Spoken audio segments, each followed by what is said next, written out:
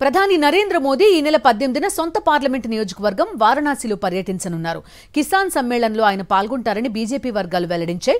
మూడోసారి ప్రధానిగా బాధ్యతలు చేపట్టిన తర్వాత మోదీ వారణాసి వెళ్లడం ఇదే తొలిసారి. కాశీ పర్యటనలో భాగంగా దశాశ్వమేధ ఘాట్లో గంగాహారతిలో ప్రధాని మోదీ పాల్గొంటారని సమాచారం.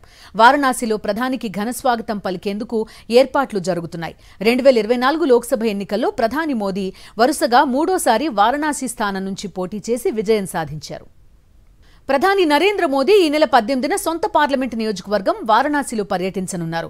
కిసాన్ సమ్మేళనంలో ఆయన పాల్గొంటారని బీజేపీ వర్గాలు వెల్లడించాయి. మూడోసారి ప్రధానిగా బాధ్యతలు చేపట్టిన తర్వాత మోదీ వారణాసి వెళ్లడం ఇదే తొలిసారి. కాశీ పర్యటనలో భాగంగా దశాశ్వమేధ ఘాట్లో గంగాహారతిలో ప్రధాని మోదీ పాల్గొంటారని సమాచారం. వారణాసిలో ప్రధానికి ఘనస్వాగతం పలికేందుకు ఏర్పాట్లు జరుగుతున్నాయి.